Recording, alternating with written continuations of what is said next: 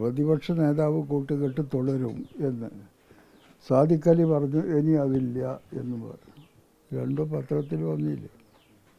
മുമ്പ് ജമാഅത്തും CPM തമ്മിലൊരു കൂട്ടുകെട്ടും ബന്ധമൊക്കെ ഉണ്ടായിരുന്നു. മുമ്പ് ജമാഅത്തും CPM എല്ലാം തമ്മിലൊരു കൂട്ടുകെട്ടും ബന്ധമൊക്കെ ഉണ്ടായിരുന്നു. അന്ന് ജമാഅത്തിനൊരു കുഴപ്പമുണ്ടായിരുന്നു. ഇപ്പോൾ UDF-നൊപ്പം നിൽക്കുമ്പോഴാണ് എന്നുള്ള എനിക്കൊരു പ്രസ്താവന കൂടി ഉണ്ടാകുന്നത്. ജമാഅത്തെ ഇസ്ലാമി ഒരു ഘട്ടത്തിൽ പാർലമെൻറ്റ് തെരഞ്ഞെടുപ്പ് വരുന്ന സമയത്താണ് തോന്നുന്നുണ്ട് അവർ CPM-ന് നിരുപാധികമായിട്ടുള്ള പിന്തുണ പ്രഖ്യാപിച്ചു.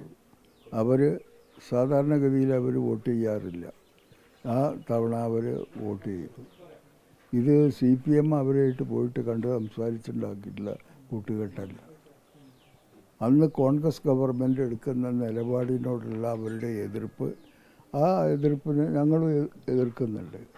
അതിൻ്റെ ഭാഗമായിട്ടുള്ള ഇതാണ്. അതല്ല ഒരു രാഷ്ട്രീയ സഖ്യമല്ല. CPM നേതാക്കളൊന്നും പോയി കണ്ടിട്ടില്ല.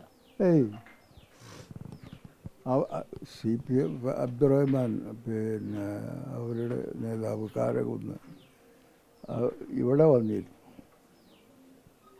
പിന്നെ അന്ന് ജമാഅത്തിൻ്റെ സംസ്ഥാന അമീറായിട്ടുള്ള ആളെ പേര് ഇപ്പോൾ ഓർക്കുന്നില്ല, അയാൾ മൂന്നാണ്.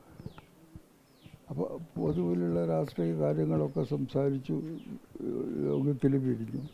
പിറ്റേ ദിവസം മുതൽക്ക് ഇവിടെ മാധ്യമം പത്രം വരുന്നുണ്ട്, ഞാനറിയില്ല.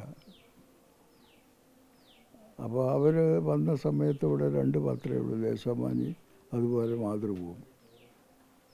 അന്ന് മുതൽക്ക് അവർ ഇട്ടതാണ് ഇവിടെ. അതെ, അവർ വന്ന് കാര്യങ്ങളൊക്കെ അങ്ങോട്ടും ഇങ്ങോട്ടും ആ കൂട്ടത്തിൽ രാഷ്ട്രീയമുള്ള മതപരമായിട്ടുള്ള കാര്യങ്ങളുണ്ട്, സംസാരിച്ചു പോകുന്നു. അതിന് അവർ വരുന്ന സമയത്ത് നിങ്ങളായിട്ട് വർത്താനമില്ല എന്ന് പറയാൻ സാധിക്കുന്നതല്ലല്ലോ. അവരവരെ നിലപാട് പറയും, നമുക്ക് നമ്മളുടെ നിലപാട് അവരെ ധരിപ്പിക്കുകയും ചെയ്തു.